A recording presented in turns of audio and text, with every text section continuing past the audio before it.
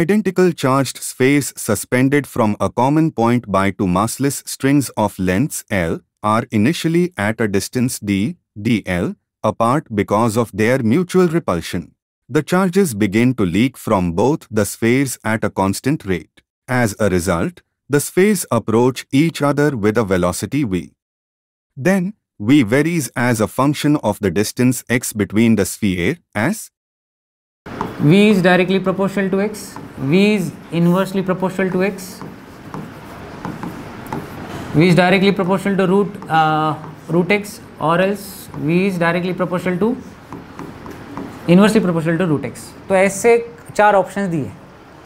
हमारा numerical second के statement, मतलब एक स्टेटमेंट जहाँ पे आता है कि चार्ज बिगिंस टू लीक, वहाँ से शुरू होता है।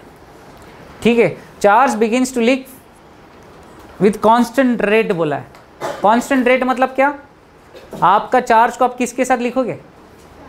टाइम के साथ, और वो डिक्रीज होता जा रहा है। मतलब तुम्हें कुछ भी करके उसको इक्वेशन को dq/dt में लाना है।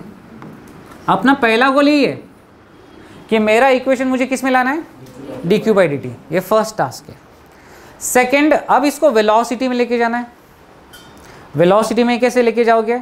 और जब वेलोसिटी में लेके जाओगे तो ध्यान में रखना, अपना वेलोसिटी की इक्वेशन में क्या होना चाहिए? x। इन शॉर्ट, ये एक q का जो कुछ भी रिलेशन निकालोगे उस रिलेशन में x होना चाहिए। Q का जो भी आंसर निकालोगे उसमें x होना चाहिए। Basically what is x? Question में x क्या दिया है? जब चार्ज लीक होना स्टार्ट हुआ तब इन बिटवीन उसका डिस्टेंस था, सेपरेशन था, वो x था। Initially the distance is d and after leakage और बिटवीन द पीरियड आपका डिस्टेंस कुछ तो x है। ठीक है, जब लीक होना स्टार्ट हुआ तो उसके बीच में कोई तो डिस्टेंस x है, तो आपको इन बिटवीन से स्टार्ट करना पड़ेगा। अभी आप मुझे बताओ, फॉर्मूला में लिखना है तो कैसे लिखे? तो वही एक ही फॉर्मूला,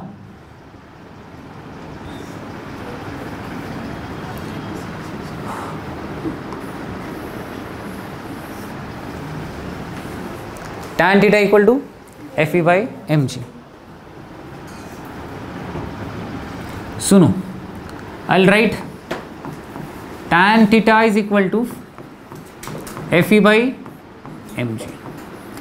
अब जनरली आप जब डायग्राम बनाओगे तो आपका डायग्राम में होगा 2 चार्ज्ड बॉल्स जो इक्वली चार्ज है, तो इनका वैल्यू q है। ठीक है, नेक्स्ट इनका वर्टिकल हाइट कुछ तो लेते हैं, लेट अस अज्यूम y। ठीक, इनका जो सेपरेशन है वो सेपरेशन को आपको फिलहाल करंट के इक्वेशंस के लिए आपको नाम क्या देना है? x। एंड यहाँ पे जो फोर्स एक्ट हो रहे हैं वो है एक electrostatic force. Next one is your mg। Here I will write t cos theta. अगर ये एंगल तुम्हारा थीटा है, ये तुम्हारे वायर में आने वाला टेंशन है, तो using alternate angle method we can write, ये बनता है तुम्हारा t का component t cos theta and here I will write t sin theta. और इसी का ही रेशो अपने हमें मिला है, t cos थीटा और t sin theta. sin theta और cos थीटा का आंसर आया tan थीटा, और sin थीटा को बैलेंस किया Fe ने, तो Fe/mg ये लिखो। अब tan थीटा का फॉर्मूला क्या है? सॉरी, कहाँ गया? x/2 upon y। ठीक है, Fe का फॉर्मूला क्या है? आई विल राइट kq² x²। नहीं, ये होता है दो चार्जेस, जो दो चार्ज एक दूसरे पे फोर्स अप्लाई करके उनके बीच का डिस्टेंस। तो ये दोनों चार्ज एक दूसरे पे फोर्स अप्लाई करते हैं तो उनका बीच का डिस्टेंस कितना है? x है। तो आई हैव रिटन x²। ठीक है, and on opposite side I will write x/2 upon y। अब मुझे चाहिए क्या? मुझे रिलेशन में लाना है y, नहीं, मुझे रिलेशन में कौन लाना है? x।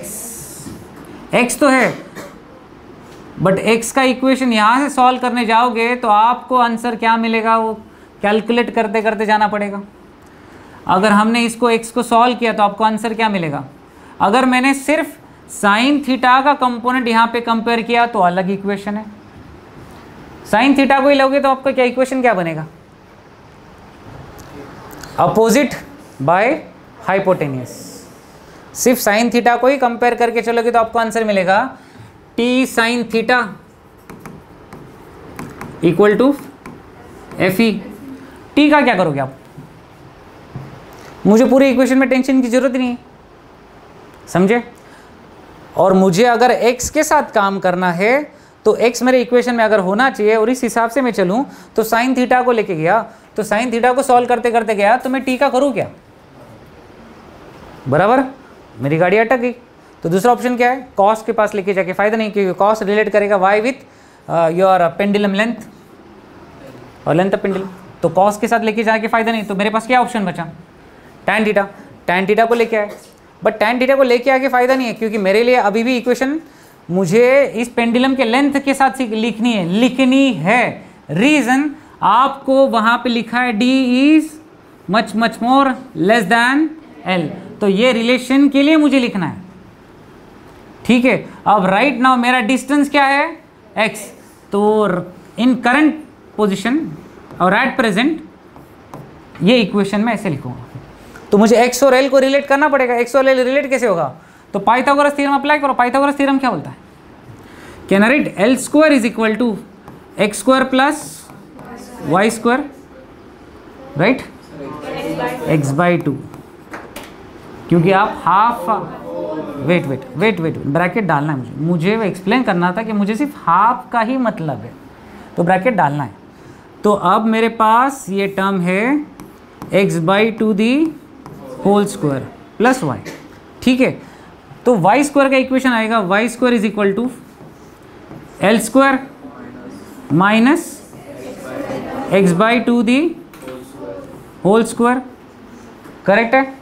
कोई डाउट है?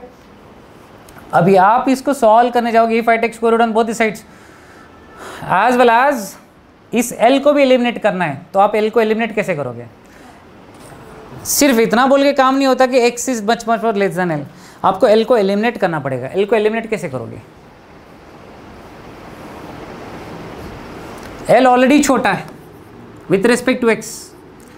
अगर मैंने गलती से if I take this term common from this equation, if I take this whole x by 2 term common from this equation, तो आपका इक्वेशन क्या बनेगा?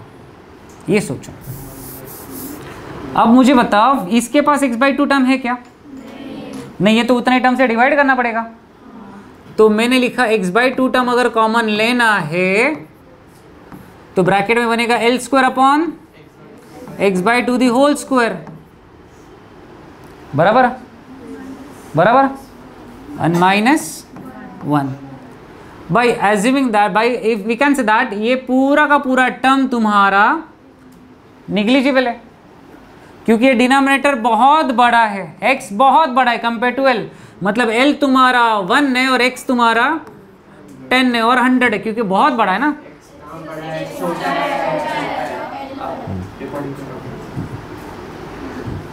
सॉरी, x इज 2, आपके नोटेशन में क्या लिखा था?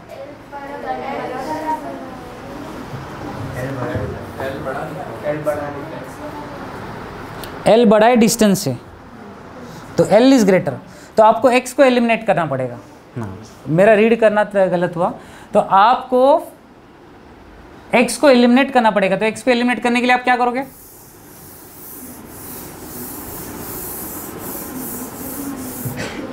पाइथागोरस का इक्वेशन था आपका l square is equal to x by 2 the whole square plus y square. अगर मुझे y स्क्वायर को सब्सटीट्यूट करना है तो y square is equal to l square minus x by 2 the whole square. अब आपको ये लोअर, ये वैल्यू छोटी है, इसको एलिमिनेट करनी है, तो डायरेक्ट एलिमिनेट नहीं कर सकते। क्या कर सकते हैं?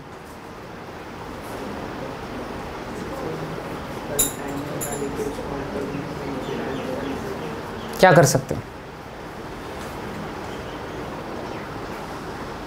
अगर हम x का टर्म छोटा है ये बता रहे, और अगर उसको एलिमिनेट करना है तो हम क्या कर सकते हैं?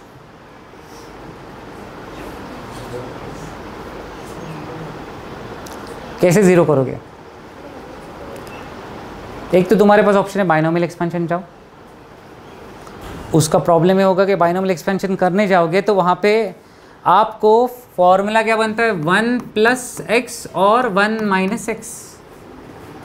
तो यहाँ पे लेफ्ट में कहीं ना कहीं पे लेफ्ट या राइट टर्म में 1 होना चाहिए, नहीं है। तो दूसरा ऑप्शन कॉमन लेने का है, तो दोनों में से एक ही ऑप्शन बनता है। क्या कर सकते हो?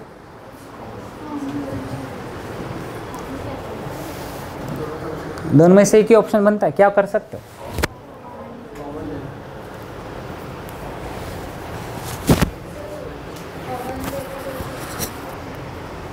हाँ,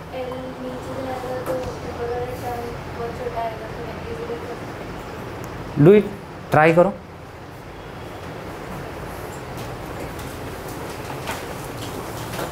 पेंसिल से काम करना।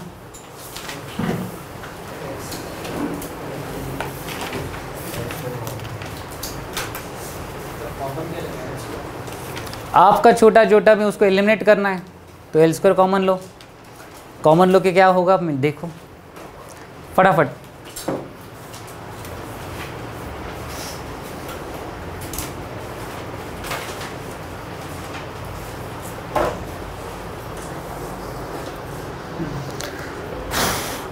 हुआ?